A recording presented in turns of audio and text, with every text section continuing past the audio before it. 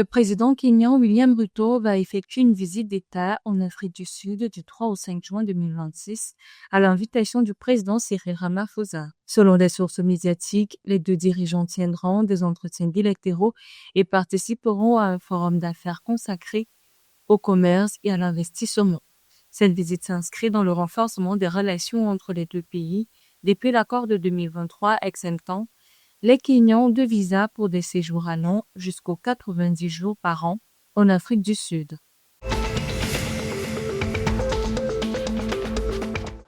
Le 30 mai 2026, la Somalie a rappelé son ambassadeur au Kenya, Jibril Ibrahim Abdul suite à sa participation à la 6e édition de l'Avocado Africa 2026, Expo et Congrès à Nairobi. La controverse découle d'une photo de l'ambassadeur aux côtés du représentant israélien Gédéon Behar lors de cet événement agricole survenant peu après que le président somalien a qualifié Israël d'État ennemi. La Somalie est opposée à la décision prise par Israël en décembre 2025 de reconnaître la région sécessionniste de Somaliland. Le ministre des Affaires étrangères a confirmé l'ouverture d'une enquête interne sur le respect des directives de politique étrangère. Le 28 mai 2026, le Premier ministre tanzanien, le Dr Mwigulu Nchemba, a officiellement lancé la plateforme numérique Tanzania Online Continuous Emission Monitoring System.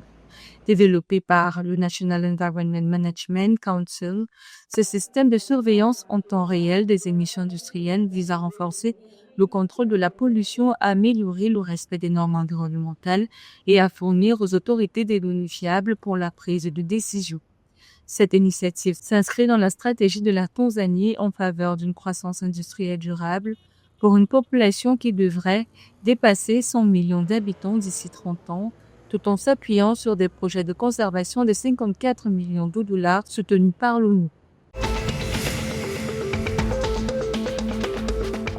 Le Centre africain de contrôle et de prévention des maladies a indiqué le 31 mai 2026 que plus de 1100 cas suspects d'Ebola faisaient l'objet d'investissements en République démocratique du Congo et en Ouganda.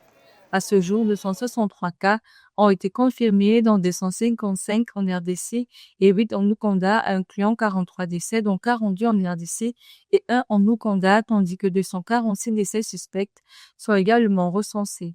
Déclaré le 15 mai dans la province congolaise de l'Ituri, l'épidémie est liée à la souche Bundibugyo du virus pour laquelle aucun vaccin homologué n'existe actuellement. Les pays concernés ont adopté un plan de riposte de 319 millions de dollars.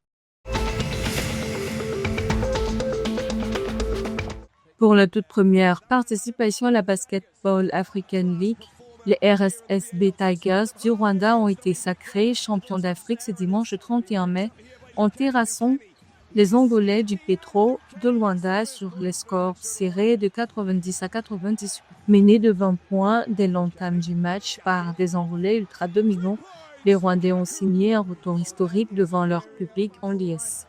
Porté par Craig Rondal 2 étincelant, les Tigers décrochent le premier titre continental de l'histoire du basketball rwandais.